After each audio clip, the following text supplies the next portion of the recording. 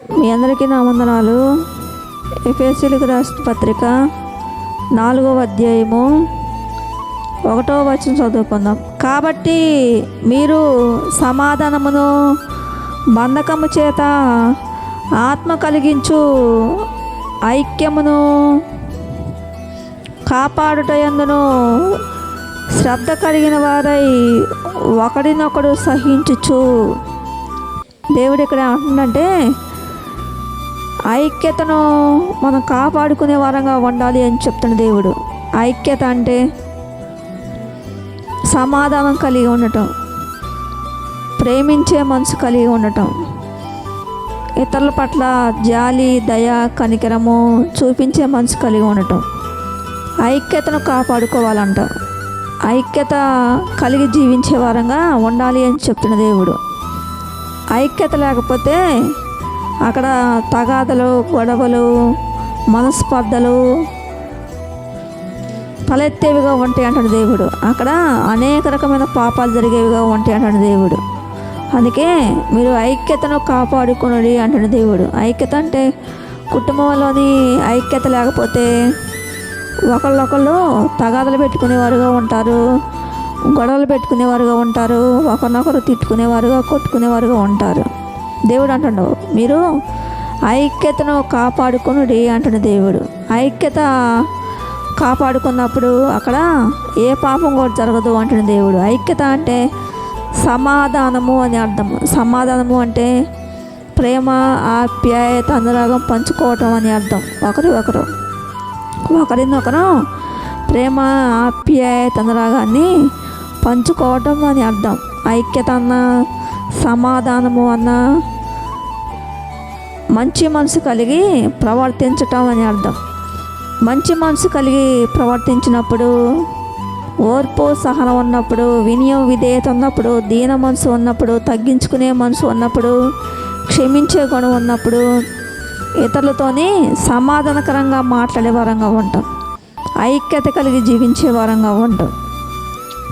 మనలోని కక్షలు, పగలు, ద్వేషాలు, కుళ్ళు, స్వార్థం, అసూయ ఇవన్నీ లేకుండా ఉన్నప్పుడు, మంచి మనసు కలిగి ప్రవర్తించినప్పుడు, కుటుంబ సభ్యులతోని, ఇరుగు పొరుగు వారితోని, బంధువులతోని, స్నేహితులతోని ఐక్యత కలిగి జీవించే వారంగా ఉంటాం.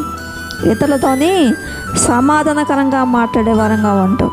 దేవుడు అందుకే అంటాడు ఐక్యతను కాపాడుకోవటం వల్ల, ఇతరులతోని సమాధానకరంగా మాట్లాడటం వల్ల అక్కడ ఎటువంటి పాపం జరగదు అంటాడు దేవుడు. ఐక్యత లేకుండా జీవించే వారంగా ఉంటే, ఇతరులతోని సమాధానకరంగా మాట్లాడకుండా జీవించే వారంగా ఉంటే మన ద్వారా అనేక రకమైన పాపాలు జరిగేవిగా ఉంటాయి.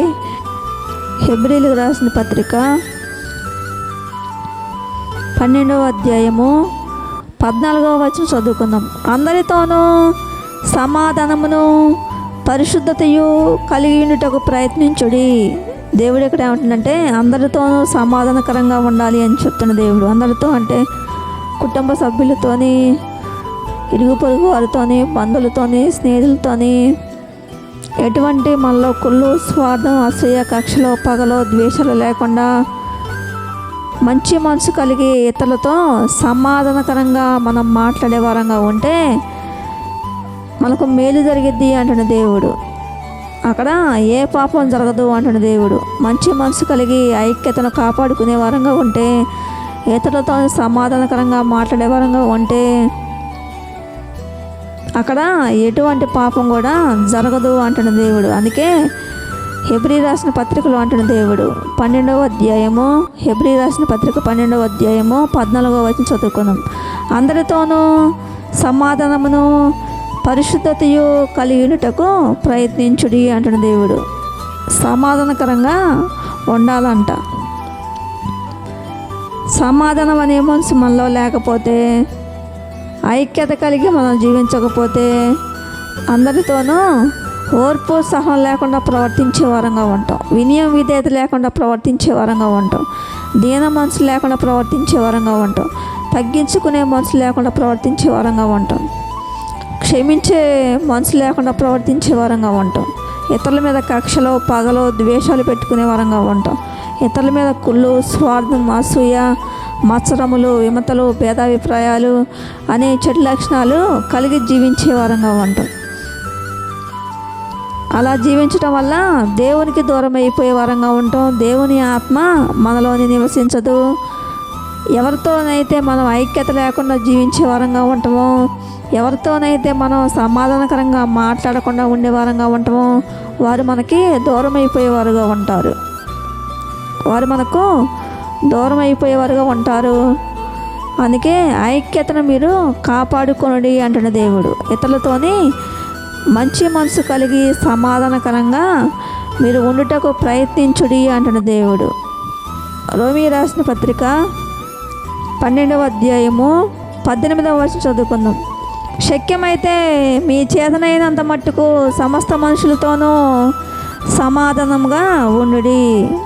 ఏందంట దేవుడు ఏమంటుండో, మనుషులందరితోనూ సమాధానకరంగా మాట్లాడే వరంగా ఉండదంట. మన ఇంట్లో కానీ బయటికి ఎక్కడికైనా వెళ్ళినప్పుడు, పనికి వెళ్ళిన దగ్గర, ఎక్కడైనా ఏ ప్లేస్లో అయితే ఉంటామో ఆ ప్లేసుల్లో ఐక్యతను మనం కాపాడుకోవాలంట. సమాధానకరంగా మాట్లాడే వరంగా ఉండాలి అని చెప్పిన దేవుడు. మంచి మనసు కలిగి ఐక్యతను మనం కాపాడుకోవాలంట. ఇతరులతోని సమాధానకరంగా ఉండాలంట మంచి మనసు కలిగి. అప్పుడు దేవుని దీవెనలు, దేవుని ఆశీర్వాదాలు మనం పొందుకునే వరంగా ఉంటాం. దేవుడి కొద్ది మాటలు దీవించును గాక. ఆమేన్.